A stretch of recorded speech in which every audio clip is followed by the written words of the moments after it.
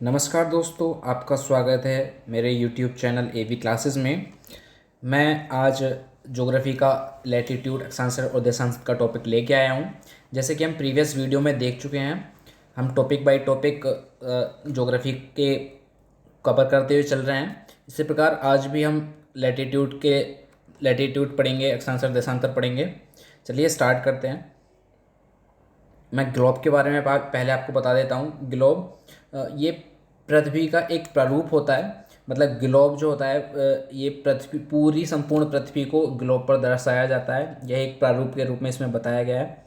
इसको बनाने वाले जो हैं वो जर्मन के मान चित्रकार मार्टिन बेहेम ने बनाया था। ये इंपॉर्टेंट क्वेश्चन हो जाता है। पृथ्वी किस आकार की है, ये हमने आज तक अंडाकार वगैरह पढ़ा है, पर रियल में यह पृथ्वी आकार की है। हम लैटिट्यूड अक्षांश को पढ़ लेते हैं। ग्लोब पर पश्चिम से पूर्व खींची गई रेखा अक्षांश रेखा के होती हैं तथा पृथ्वी के केंद्र से भूमध्य रेखा को आधार मानकर ये खींची गई हैं, जिसको कोणीय दूरी को अक्षांश कहा जाता है। मैं आपको इसको एक इजी वे में बता देता हूँ। ये हमारा ग्लोब है और इसमें जो पश्चिम से पूर्व की तरफ रेखा खींची गई हैं उन्हें ही हम अक्षांश रेखाएं कहते हैं। और ये जो मिडिल 0 डिग्री है, इसको हम भूमध्य रेखा कहते हैं। इसी प्रकार मैं आपको बता देता हूँ, अक्षांशों की कुल संख्या जो होती है, ये आपके एग्जामों में क्वेश्चन आते हैं। जो ग्लोब पर होते हैं, मैं आपको बताता हूँ, ध्यान रखना है, ग्लोब पर 180 होता है और अक्षांशों की कुल संख्या जो होती है वो 179 होती है, जिसमें कि भूमध्य रेखा को शामिल नहीं किया गया है। एंड इसमें जो मानचित्रों पर अक्षांशों की कुल संख्या होती है वो 180 होती है। मैं आपको बता देता हूँ वो किस तरीके से होती है। ये 0 डिग्री भूमध्य रेखा को आधार मानते हुए 90 इधर लाइंस होती हैं और 90 ही इधर लाइंस होती हैं, तो 180 हो जाती हैं। इसी प्रकार मानचित्र पर अक्षांश रेखा की कुल संख्या जो होती है वो 181 होती है। आगे चलते हैं। व्रत इसके बारे में आपको थोड़ी बहुत जानकारी होगी। भूमध्य रेखा को व्रत भी कहा जाता है। भूमध्य रेखा पृथ्वी के केंद्र से होकर जाती है और पृथ्वी को 2 बराबर भागों में बांटती है। इसके बारे में आपको बता देता हूँ मैं।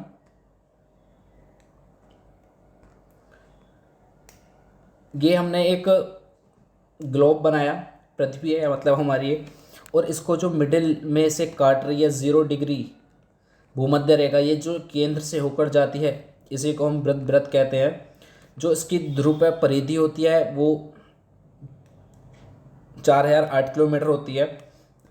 और जो दो अक्षांशों के रेखाओं के बीच की दूरी होती है, जो ये दूरी होती है, ये जो हम परिधि होती है, इसमें ये 360 डिग्री की होती है। इसलिए हम इसको 360 डिग्री से भाग कर देंगे और 111.13 किलोमीटर की ये दूरी हो जाती है। इसी प्रकार हम आगे चलते हैं। इसमें हम देख लेते हैं, एक बार रेखाओं को देख लेते हैं। इसमें 0 डिग्री जो रेखा होती है वो भूमध्य रेखा होती है, जिसे विषुवत रेखा भी कहते हैं। हम ऊपर की ओर चलेंगे तो 23.5 डिग्री पर ये हमें कर्क रेखा, ट्रॉपिक ऑफ कैंसर मिल जाती है। इसी प्रकार 66.5 डिग्री चलेंगे हम तो आर्कटिक व्रत मिल जाता है। नीचे की ओर चलते हैं तो हम 23.5 डिग्री मकर रेखा मिल जाती है।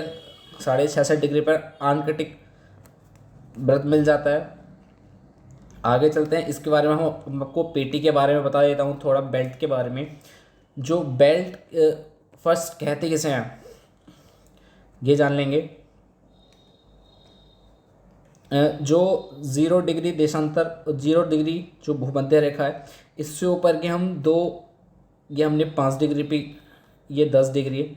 जो ये वाला क्षेत्र है जिस पे मैं मार्क कर रहा हूँ, इसको ही हम वेल्ट कहते हैं। इसी प्रकार आगे चलते हैं। पृथ्वी किस आकार की है? पृथ्वी आकार मैंने आपको अभी बता दिया है। ये इंपॉर्टेंट रहेगा, क्वेश्चन आपके एग्जाम में आ सकता है। मैं आपको अब ये बता देता हूँ, जो भूमध्य रेखा पर स्थित देश हैं वो कौन कौन से हैं। ये अफ्रीका महाद्वीप वाले मैं आपको बता रहा हूँ, इसमें Ecuador, Colombia, Brazil, Gabon, Congo गणराज्य, कांगो लोकतांत्रिक राज्य, ये एक ही है, आप इसमें कांगो याद कर लें। युगांडा हुआ, केन्या हुआ, सोमालिया हुआ, मालदीव, इंडोनेशिया हुआ। इसमें अब हम कर्क रेखा वाले आपको बता देते हैं। मेक्सिको हुआ, बहमास हुआ, माली हुआ, नाइजर हुआ, मॉरिटानिया हुआ, अल्जीरिया, चाड, लीबिया, मिस्र हुआ, सऊदी अरब हुआ, संयुक्त अरब अमीरात, भारत हुआ, बांग्लादेश हुआ, म्यांमार हुआ, चीन, अमान, ताइवान हुआ। ये कर्क रेखा पर स्थित देश होते हैं। इसमें कई बार पूछा भी गया है कि भारत कर्क रेखा से गुजरता है या नहीं गुजरता है, मतलब भारत से कर्क रेखा गुजरती है या नहीं गुजरती है। इसी प्रकार हम मकर रेखा को एक बार देख लेते हैं। इसमें Chile, Argentina, Paraguay, Brazil, Namibia, इसी प्रकार आगे इसमें ऑस्ट्रेलिया वगैरह इसमें देश आते हैं। मैं आपको एक ग्राफ के तरीके से मैं आपको एक बता देता हूँ। जो ये निम्न अक्षांश होते हैं और ये उच्च कटिबंधीय क्षेत्र होते हैं, इसमें हम 23 डिग्री नॉर्थ में चलेंगे, इसमें बीच में मध्य अक्षांश होगा, इसमें उच्च अक्षांश होगा। इसी प्रकार इसमें नीचे उच्च अक्षांश और निम्न अक्षांश होगा। इसी तरीके से जो शीत क्षेत्र होते हैं वो 66.5 डिग्री से ऊपर के होते हैं। जो शीतोष्ण कटिबंधीय क्षेत्र हैं वो 23-23.5 डिग्री से ऊपर होते हैं। जिसमें उष्ण कटिबंधीय क्षेत्र होते हैं वो 23.5 से 23 डिग्री तक ही होते हैं। इसी प्रकार ये नीचे भी शीत क्षेत्र और शीतोष्ण कटिबंधीय क्षेत्र होते हैं। अगर आपको वीडियो अच्छी लग रही हो या आपको कुछ भी समझ में आ रहा हो ये, तो प्लीज़ वीडियो को लाइक और चैनल को सब्सक्राइब और वीडियो को शेयर कर दें, जिससे कि और लोगों को भी मदद मिल सके थोड़ी इस वीडियो के थ्रू। आगे चलते हैं, मैं आपको इसमें ग्रीनविच लाइन बता देता हूँ और इंटरनेशनल डेट लाइन बता देता हूँ। ग्रीनविच लाइन पर हम थोड़ा सा देख लेते हैं, ये इम्पोर्टेंट है। ग्लोब पर 0 डिग्री देशांतर की लाइन को ग्रेट ब्रिटेन के ग्रीनविच शहर से होकर जाती है। इस रेखा को प्रधान मध्य रेखा, प्रधान आमोत्तर भी कहते हैं। इसी रेखा से संपूर्ण विश्व का समय मापा जाता है। इस रेखा को आधार मानकर मैं आपको बता देता हूँ।